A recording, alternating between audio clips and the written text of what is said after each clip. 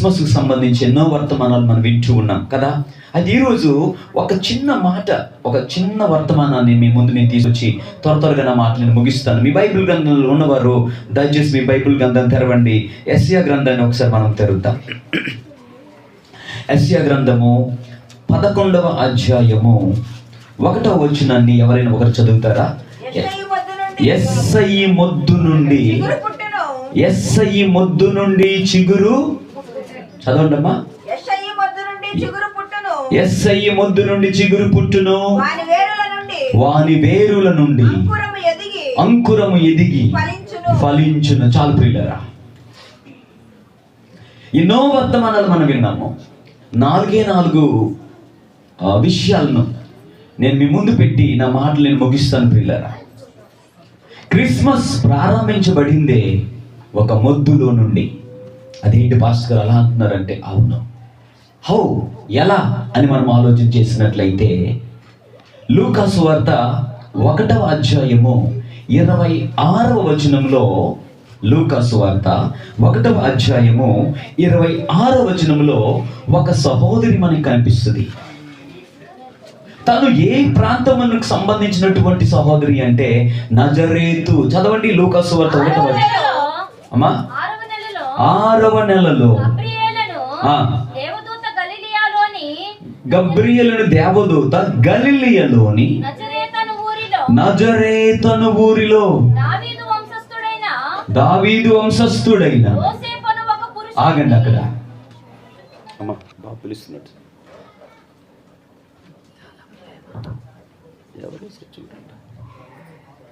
ఇక్కడ చూసినట్లయితే ఒక ఊరు మనకు కనిపిస్తుంది. ఒక ఊరు మనకు కనిపిస్తుంది. ఆ ఊరి పేరు నజరేతు. అందరు కూడా చెప్పండి ఒకసారి, చాలా జాగ్రత్తగా వినండి. ఈ క్రిస్మస్ ఈ నజరేతుకి ఎంతో దగ్గర సంబంధం ఉంది. నజరేతు అనేటువంటి మాటకు అర్థం ఏంటో తెలుసా? మొద్దు అని అర్థం. చెప్పండి, ఏంటి నజరేతు అనే మాటకు? చెప్పండి అమ్మా, మొద్దు. నజరేతు అనే మాటకు మొద్దు లేదంటే బ్రాంచ్. యెషయా గ్రంథంలో ఏం రాయబడింది? యెషయి మొద్దు నుండి ఏం పుడుతుంది? చిగురు పుడుతుంది. ఈ నజరేతు అనే మాటకు అర్థం ఏంటంటే మొద్దు. ఈ నజరేతులోనే ఒక సహోదరి ఉంది, ఒక కన్య ఉంది. ఆమె పేరు ఏంటో తెలుసా? మరియా. అంటే మొట్టమొదటిగా క్రిస్మస్ గురించి మనం తెలుసుకోవాలనుకుంటే ఈ క్రిస్మస్ అనేది ఎక్కడి నుండి ప్రారంభించబడుతుందంటే నజరేతులో పుట్టినటువంటి మరియమ్మ గారి దగ్గర నుండి ప్రారంభించబడుతుంది. పరలోకములో నుండి దేవాది దేవుడు ఏ గ్రామాన్ని కోరుకున్నాడు అంటే మొద్దు అని పిలువబడుతున్న నజరేతులో మరియా అని పిలువబడుతున్నటువంటి ఒక కన్యను దేవుడు కోరుకున్నాడు. అక్కడి నుండి క్రిస్మస్ ప్రారంభించబడుతుంది. దేవుడికి స్తోత్రం చెప్తారా? ఎక్కువ వివరాల్లోకి నేను వెళ్ళను కానీ ఎందుకు ఈ మాట రాయబడింది? మొద్దు నుండి ఎలా చిగురు పుడుతుంది? చూడండి, మొద్దు అని దేని అంటారు తెలుసా?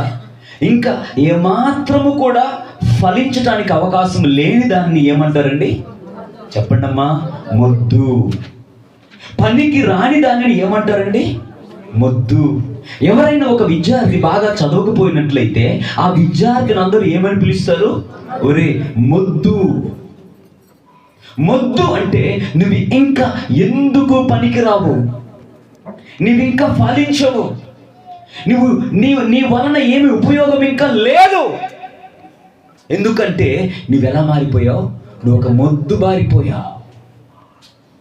అది మొక్క కాదండి, అది ఏమంటున్నాడు? మొద్దు. అందరు అనుకున్నారు. ఎదిగో మనం నిజంగా చూసినట్లయితే నజరేతులో నుండి ఏదైనా మంచిది పుడుతుందా అని వాక్యంలో రాయబడింది. అమ్మా, ఏమని రాయబడింది? నజరేతులో నుండి ప్రవక్త నిజంగా పుడతాడా? నజరేతులో నుండి మంచిదేదైనా పుడుతుందా?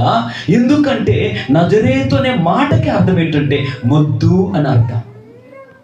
ఈరోజు ఒక విషయాన్ని చెప్పనివ్వండి. దేవుని సేవకునిగా ఈ క్రిస్మస్ వచ్చింది ఎందుకు తెలుసా? టు ఎంకరేజ్ యూ, నిన్ను ప్రోత్సాహపరచడానికే ఈ క్రిస్మస్. ఆమేన్. నీ స్థితిని మార్చగలిగింది ఈ క్రిస్మస్. నీ పరిస్థితిని మార్చగలిగింది ఈ క్రిస్మస్. నీ వ్యక్తిత్వాన్ని మార్చగలిగింది ఈ క్రిస్మస్. సాధారణ స్థితిలో నుండి ఒక ఉన్నతమైనటువంటి స్థితిలోనికి చేర్చగలిగిందే ఈ క్రిస్మస్. హల్లెలూయా. ఎందుకో తెలుసా? మొద్దు, నువ్వెందుకు పనికిరావు, ఇంకా దీని జీవితం ఎంతే, దీనికంటే ఇక మంచి రోజులు, మంచి బ్రతుకు లేదు, ఇది పుట్టి ఇది దరిద్రం అయిపోయింది మాకు, దీనికి పుట్టికి ఒక దరిద్రం అని చాలా మంది తల్లిదండ్రులు, చాలా మంది బంధువులు, చాలా మంది స్నేహితులు కొంతమందిని తలంచుకొని తలలు పట్టుకుని ఏడుస్తూ ఉంటారు. ఎందుకంటే వీడు ఎందుకు పనికి రాకుండా పోయాడు, ఇది ఎందుకు పనికి రాకుండా పోయింది. కొంతమంది అంటారు కదా, పైసకు కూడా నీవు పనికొస్తావా? ఒకవేళ వాక్యాన్ని వింటున్నటువంటి సహోదరి, నీ జీవితం అలా మొద్దులా ఉంటే, నీ ఇంటికి కానీ నీ వల్ల అనా పైసా ఏమండి ఉపయోగం లేనట్టుగా నువ్వు ఉన్నావేమో. నీ తల్లే, నీ తండ్రే, నీ అన్నదమ్ములే, నీ అక్క చెల్లెండ్రే, నీ బంధుమిత్రులే నువ్వెందుకు కూడా పనికిరావు అని ఒకవేళ నిన్ను చాలా చిన్న చూపు చూసి ఎగతాళి చేసి నిన్ను పక్కకు నెట్టేశారేమో. ఈ క్రిస్మస్లో నా దేవుడు నీతో మాట్లాడుతున్నాడు. If you are that person, నజరేతులా అంటే ఒక పేరుకు అర్థం మొద్దు, మొద్దులా నీ యొక్క జీవితం ఒకవేళ ఉంటే, సరిగా చదువు అవ్వలేదు, సరైనటువంటి భవిష్యత్తు కొరకు ఆశలు లేవు, నిరీక్షణ లేదు, నా జీవితము నా బ్రతుకు ఎటు వెళ్ళిపోతుందో తెలియని స్థితిలో ఒకవేళ నీవు ఉంటే, there is a good news for you today. ప్రభు అంటున్నాడు యెషయా గ్రంథం 11:1, పనికిరాని మొద్దులో నుండి, చిగురు ఇంకా జీవితంలో పుట్టని మొద్దులో నుండి ఒక చిగురు పుట్టబోతూ ఉంది. ఆ నజరేతు, ఆ గ్రామానికి నిర్వచనం ఎవరో తెలుసా? ఆ నజరేతు ఎవరో కాదు, అది నువ్వే. నువ్వెందుకు పనికిరావా? సరిగా ఇంగ్లీష్ మాట్లాడలేవు, సరిగా తెలుగే సరిగా రాదు, గట్టిగా కొడితే 10వ తరగతి గట్టిగా పాస్ అయ్యేవేమో.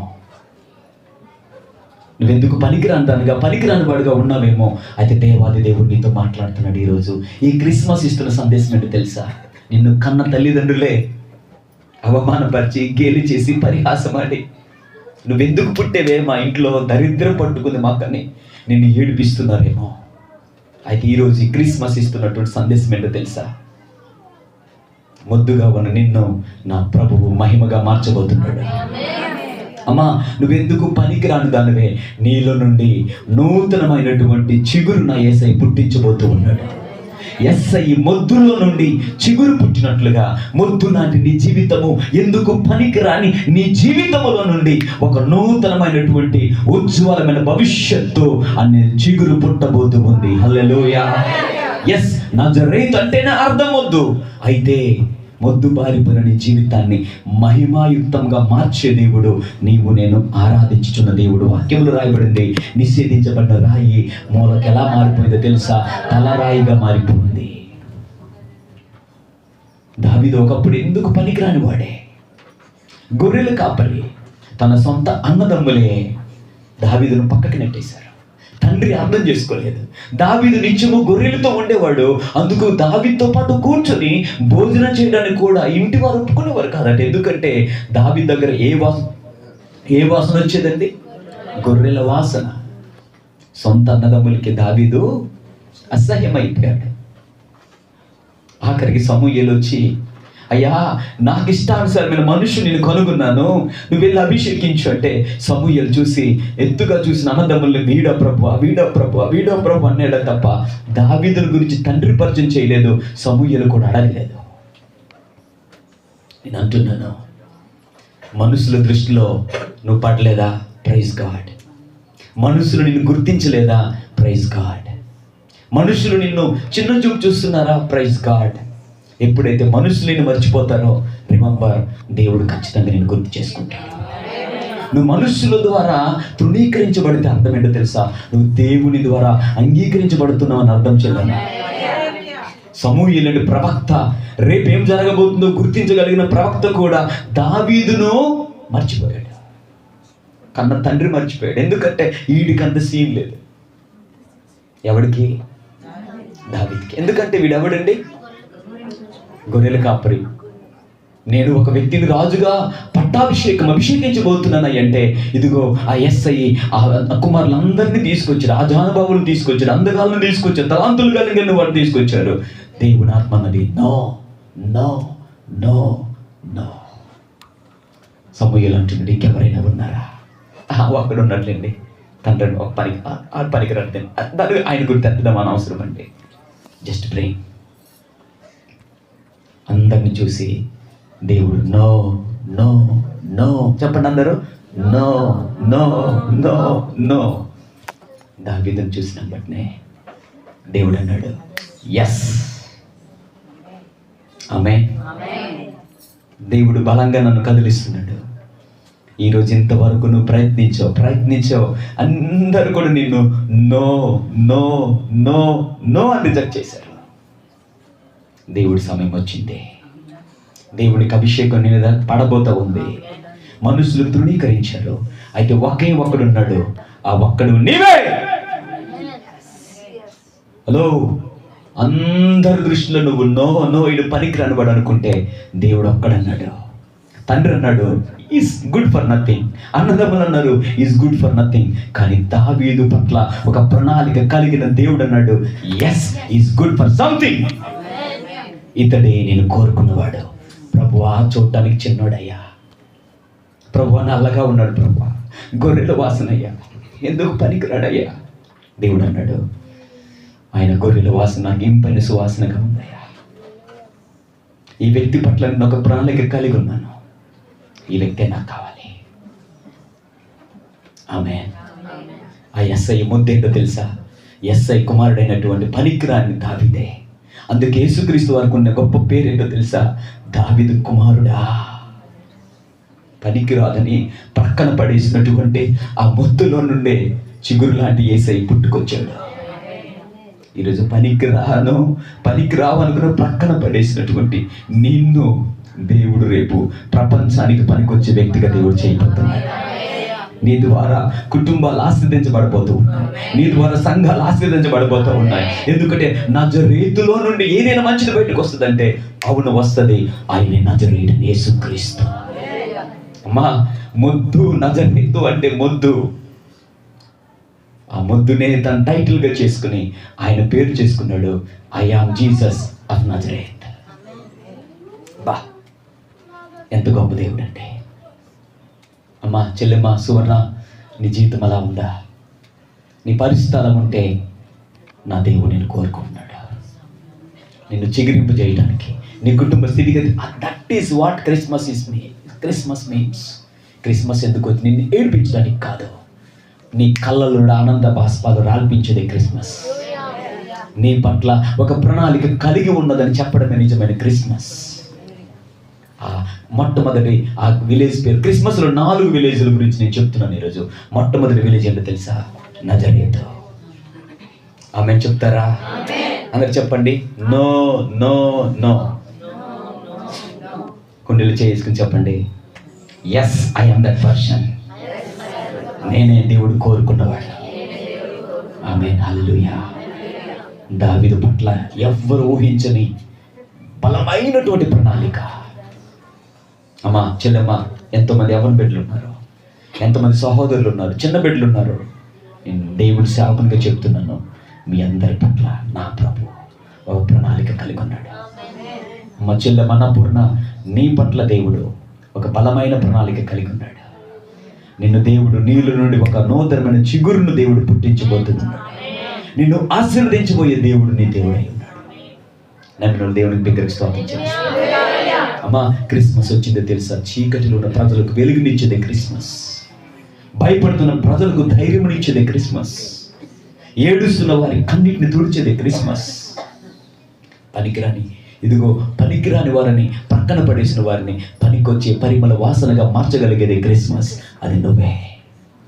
ఎప్పుడైతే నువ్వు మొద్దుగా ఉన్నావా, praise God. God wants you.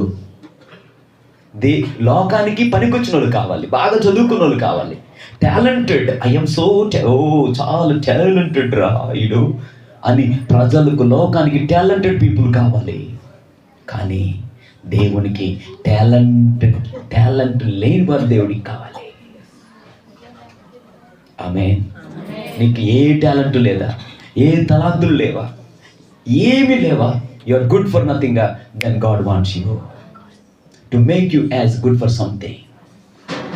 నేను ఎందుకు పనికిరాని వాడు, నువ్వు పనికిరాని అనుకుంటే ఎస్, నువ్వే దేవుడికి కావాలి. నేను దేనికైనా పనికొస్తానా అనుకుంటే దేవుడు అంటున్నాడు, నాకు నువ్వు కావాలి. దావీదును, గొర్రెల దొడ్డులో ఉన్న దావీదును ఇశ్రాయేల్ దేశానికి రాజుగా చేసిన దేవుడును, నీకు కూడా బలమైనటువంటి ఒక భవిష్యత్తును ఇచ్చే దేవుడును అని దేవుడు చెప్తున్నాడు. హల్లెలూయా.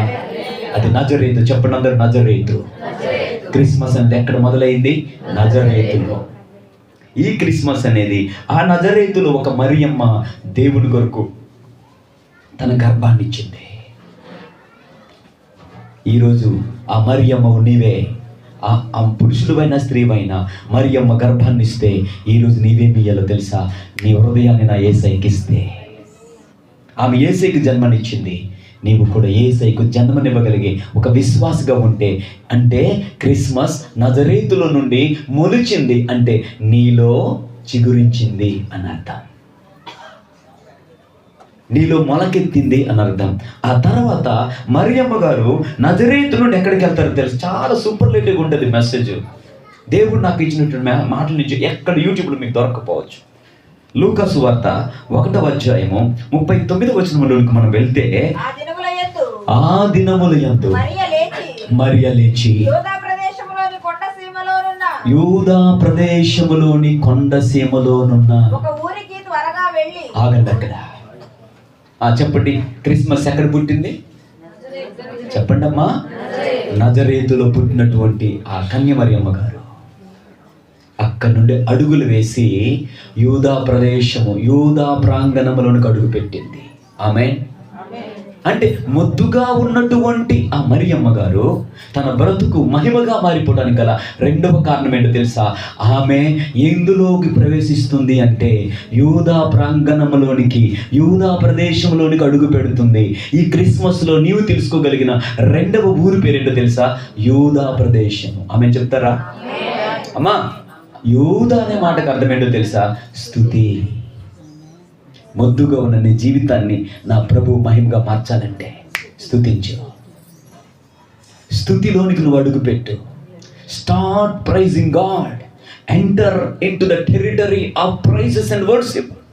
ఆరాధన, స్తుతులు అనేటువంటి వాతావరణంలోనికి, అనేటువంటి ప్రదేశంలోనికి మరియమ్మ వలె నీవు కూడా అడుగు వేస్తే ఏం జరిగిందో తెలుసా? మరియమ్మ గారు ప్రైజ్ ద లార్డ్ అనగానే ఎలిజబెత్ గారి యొక్క గర్భంలో ఉన్నటువంటి శిశువు ఆనందంతో గంతులు వేశాడు. కారణం ఏంటంటే ఒక స్తుతించే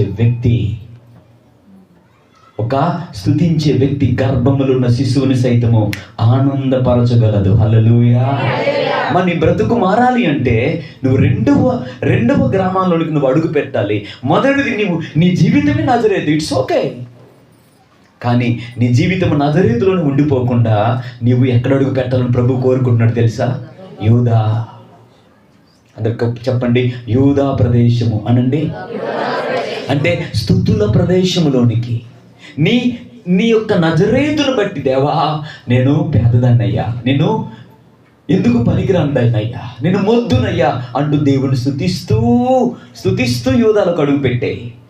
అప్పుడు పాడతా, యూదా బెత్లెహేమా నీవెంతటి దానవే. చాలు. హల్లెలూయా. టైం అయిపోతుంది. హల్లెలూయా చెప్తారు బిగ్గరగా. చెల్లెమ్మ నీ స్థితిని, అందుకే ఒక ఆయన అన్నాడు, స్తుతి నీ స్థితిని మారుస్తుంది, ప్రార్థన నీ పరిస్థితిని మారుస్తుంది. నీ బ్రతుకు మారాలంటే నజరేతు లావున నీ జీవితం. అమ్మా, ఈ క్రిస్మస్లో రెండవ ఊరి పేరేంటమ్మన్నాను? యూదా. చాలా లోతైన విషయాలు ఉన్నాయి, నేను ఎక్కువ వివరించను. కానీ నీ బ్రతుకు మారడానికి ఒక అద్భుతమైన ఫిలాసఫికల్ థియలాజికల్ థాట్ చెప్తాను, వినండి. స్తుతిస్తేనే నీ బ్రతుకు మారుతుంది యేసునామంలో. ఎప్పుడూ ఏ కష్టకాలంలో ఉన్న స్తుతించడమే క్రైస్తుని యొక్క ధ్యేయంగా పెట్టుకుంటే పరిస్థితి ఎలా ఉన్న ప్రభువా మీకు స్తోత్రాలు, ఖచ్చితంగా మీరు ఒక రోజు వస్తుంది నన్ను దీవిస్తారని. ఇదిగో ఎప్పుడైతే మరియమ్మ గారు యూదా ప్రదేశంలోని ఒక పల్లెటూరులోకి అడుగు పెట్టిందో, ఆటోమేటిక్గా ఎవరినైతే కలవాలని వెళ్ళిందో ఆ సహోదరి దరిదాపుగా 5-10 వచనాల ప్రవచనము మరియమ్మ గారి పట్ల రిలీజ్ చేయబడింది. దేవునికి స్తోత్రం. బా, నువ్వు ముద్దుగా ఉన్నా అమ్మా, నీ పట్ల దేవుడు ఒక ప్రవచనాన్ని విడుదల చేస్తున్నాడు. ఎవరు ప్రవచనాన్ని విడుదల చేస్తున్నారో తెలుసా? ఎలిజబెత్ గారు. అవన్నీ చదవడానికి టైం లేదు, తర్వాత మీరు ఇంటికి చదవండి. ఎలిజబెత్ గారు మరియమ్మను గురించి, ఆ గర్భంలో ఉన్నటువంటి శిశువుని గురించి భవిష్యత్ అంతా కూడా తెలియజేసి ఒక ప్రవచనాన్ని విడుదల చేస్తున్నది. ఆ ప్రకారంగానే జరిగింది. నీ జీవితంలో ముద్దుగా ఉన్న నీ జీవితము అమ్మా యూదాలోకి నువ్వు ప్రవేశిస్తే, ఒక వ్యక్తి, దేర్ ఈజ్ ఎ పర్సన్, నీ భవిష్యత్తును తెలియజేసే ఒక వ్యక్తిని దేవుడు అక్కడ సిద్ధపరిచాడు. దేవుడు నిన్ను ఎలా దీవించబోతున్నాడో, నీ భవిష్యత్తు ఎలా ఉండబోతుందో అక్కడ దేవుడు తెలియజేస్తాడు. హల్లెలూయా. మరియమ్మ గారు అక్కడే దరిదాపుగా 3 మాసాలు ఉండిపోయింది. ఎంత అద్భుతమైన సహవాసం, చక్కటి సహవాసం ఆ ఫెలోషిప్ మరియమ్మ గారు. అది రెండవ విషయం. మూడవది, మరియమ్మ గారు ప్రవేశించే మరొక అద్భుతమైన ప్రదేశం ఏంటో తెలుసా ప్రియులరా?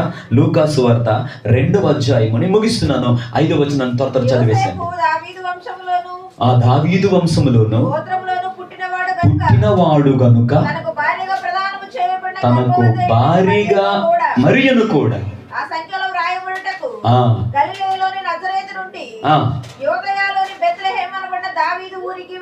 ఆగండి అక్కడ. ఆమె చెప్తారు బిగ్గరగా. అమ్మా వాక్యాన్ని వింటున్నారా? ఇక్కడ ఎవరు అంటే ఈమె ఏ గ్రామానికి చెందిన ఆమె? చికెన్ బిర్యానీ. ఏ గ్రామానికి చెందిన ఆమె? మరియమ్మ ఏ గ్రామానికి చెందిందని చెప్పాను? నజరేతు అనే మాటకు అర్థం ఏంటి?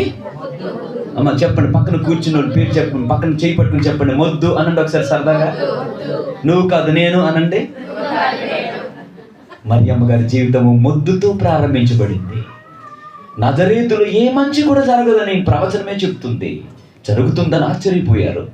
అక్కడ మొద్దుగా ప్రారంభించబడినటువంటి ఆమె జీవితం ఆశ్రయించబడడానికి కారణం ఏంటో తెలుసా? యేసయ్య పుట్టాడు ఆమెలో. నీ బ్రతుకు కూడా దీవించబడాలంటే నీ హృదయంలో నా యేసయ్య ఈరోజు జన్మించాలి. అక్కడి నుండి దేవుడు నజరేతు నుండి తన స్థితిని ఎలా మార్చేశాడంటే, చెల్లమ్మ, నజరేతు నుండి స్తుతుల లోకములోనికి దేవుడు తీసుకెళ్ళిపోయాడు. ఆమేన్ బ్రదర్. నజరేతులో మొద్దు ఎటు చూసినా అందరు తిట్టడమే. Life changed. అందరు చెప్పండి, స్టోరీ మారిపోయింది. అమ్మో, నిన్న మొన్నటి సహోదరి కాదు, దేవుడు దీవించేశాడు, దేవుడు ఆశీర్వదించేశాడు, దేవుడు ఉన్నతంగా బ్లెస్ చేశాడు. ఈమె నజరేతు అమ్మాయి అయినా ఇప్పుడు దేవుని నమ్ముకున్న తర్వాత ఈమెను దేవుడు దీవించాడు. స్తుతుల లోకములో ఈరోజు దేవుణ్ణి స్తుతిస్తూ ఉంటే తన స్టోరీ మారిపోయింది. అంటే నజరేతులో నుండి ఎక్కడికి వెళ్ళిపోయిందో తెలుసా? యూదాలోనికి వెళ్ళిపోయింది. ఆమేన్, హల్లెలూయా. అక్కడే దేవుడు అభినంచలేదు. ఇంకా అక్కడ ప్రవచనాలు వచ్చినాయి, అక్కడ సహవాసం కలిగి ఉన్నది, దేవునికి వాగ్దానాన్ని పొందుకుంది. అక్కడే ఆగిపోకుండా స్తుతిస్తూ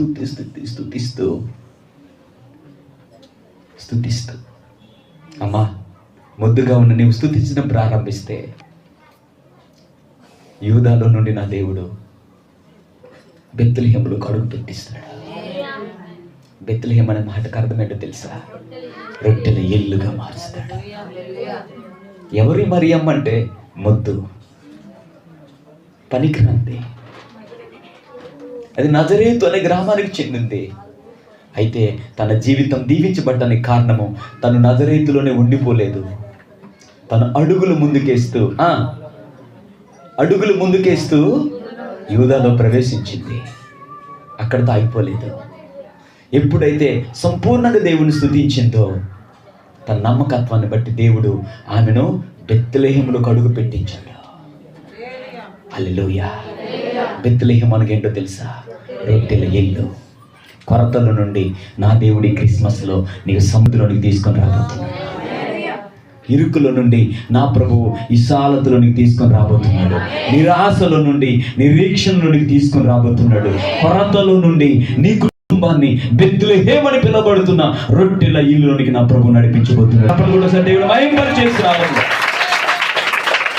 జీవితంలో ఎప్పుడు ఈ వర్తమానం నేను ఎక్కడ చెప్పలేదు.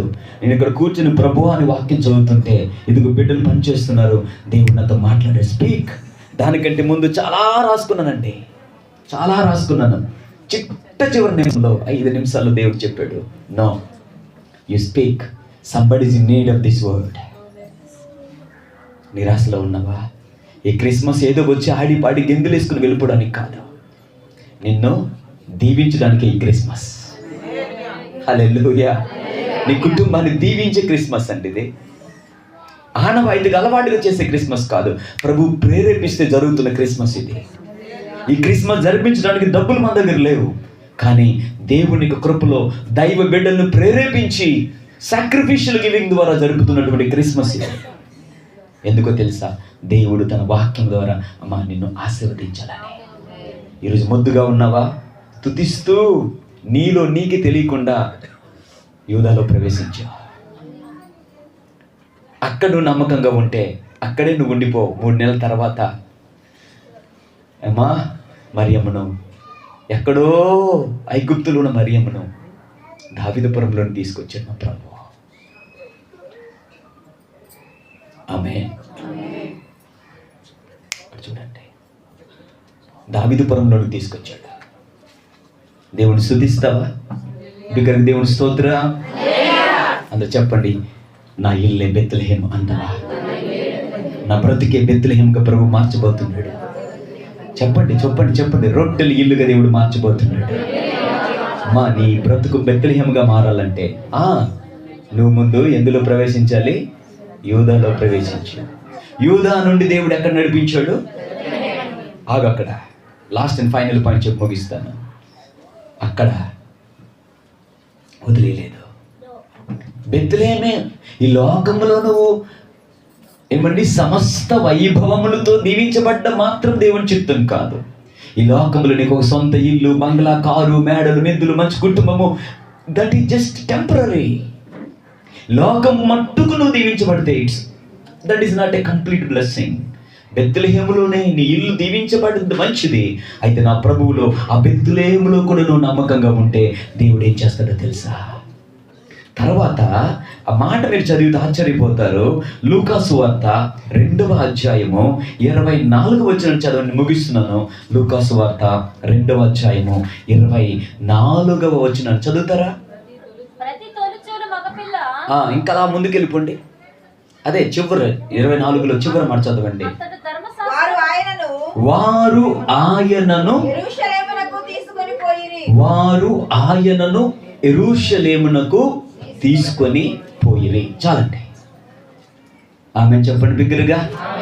చెప్పండి. మరియమ్మ గారు ఎక్కడ పుట్టారు? ఎక్కడ పుట్టింది? ఇప్పుడు ఎక్కడికి వెళ్ళిపోయింది? దేవుడు నీతో ఉంటే నీ స్టోరీ మారిపోతాక. నీ ఆశీర్వాదాన్ని ఎవరు అడ్డుకోలేరు. నిన్ను చూసి ఇలా కిందకి చూసిన వాళ్ళు ఇలా చూసే రోజు రాబోతుంది యేసునామములో. ఈమెనా కారులో తిరుగుతా ఉంది? ఈ 3 అంతస్తుల బంగ్లా వీరిదేనా? అమ్మ మాకు తెలుసమ్మా, నిన్న మొన్నటి వరకు కనీసం వారికి ఏం లేదు. ఒక సహోదరు గురించి ఒక సహోదరి చెబుతుంది, చిన్న ఇంట్లో ఉండేవారట. మా ఇంటికి వద్దాం అనుకున్నారు వాళ్ళు చెప్పారంట, మా పాస్టర్ గారు చాలా చిన్న ఇల్లు అండి, ఒకరు దూరితే ఒకరు బయటికి రావాలి. తను అన్నాడంట, లేదమ్మా నా పరిస్థితి కూడా అలాంటిదే, కానీ దేవుడు యేసయ్య నన్ను దీవించాడు. నేను అంటున్నాను, నజరేతు లాంటి అనుభవంలో నువ్వు ఉంటే స్తుతిస్తూ ఎగిరిపో స్తుతుల లోకానికి. అక్కడకు నమ్మకంగా ఉంటే బెత్లెహేములో అడుగు పెడతావు. నీళ్ళు బంగారమయంగా మారిపోదేసినావు. భూలోకంలో సర్వ సమృద్ధి సర్వ సుఖములు నా దేవుడు ఇస్తాడు. అక్కడితో నాగిపో. తర్వాత ఈ మరియమ్మ గారు ఆ అబ్బాయిని ఎక్కడ తీసుకెళ్ళారో తెలుసా? యెరూషలేములోనికి. యెరూషలేము దేనికి సాదృశ్యమో తెలుసా? నిత్యము నీవు నేను ఉండబోతున్న ఆ పరలోక పట్టణానికి సాదృశ్యంగా ఉంది. ఆమె చెప్తారు బిగ్గరగా. హలో, నజరేతులో పుట్టినటువంటి ఆమె యెరూషలేము వాసురాలుగా మారిపోయింది. That is Christmas. నీ జీవితాన్ని, నీ రూపురేఖలు మార్చేదే క్రిస్మస్. నీ స్థితిగతులు మార్చేదే క్రిస్మస్. నజరేతు నుండి యెరూషలేముకు తీసుకుని వెళ్ళగలిగిందే క్రిస్మస్. ఈరోజు మనం అందరం బెత్లెహేములో ఉన్నాం, అనగా ఈ లోకములో ఉన్నాం. నువ్వు ఆ బెత్లెహేములో కూడా నమ్మకంగా ఉంటే నా దేవుడు నేను ఎక్కడ తీసుకెళ్తాడో తెలుసా? ఆ బంగారు రాజవీధుల్లోన నీవు నేను కలిసి నాట్యమాడేదం. హల్లెలూయా. ఎక్కడున్నాయండి? ఎక్కడుంది బంగారు రాజవీధులు? యెరూషలేము.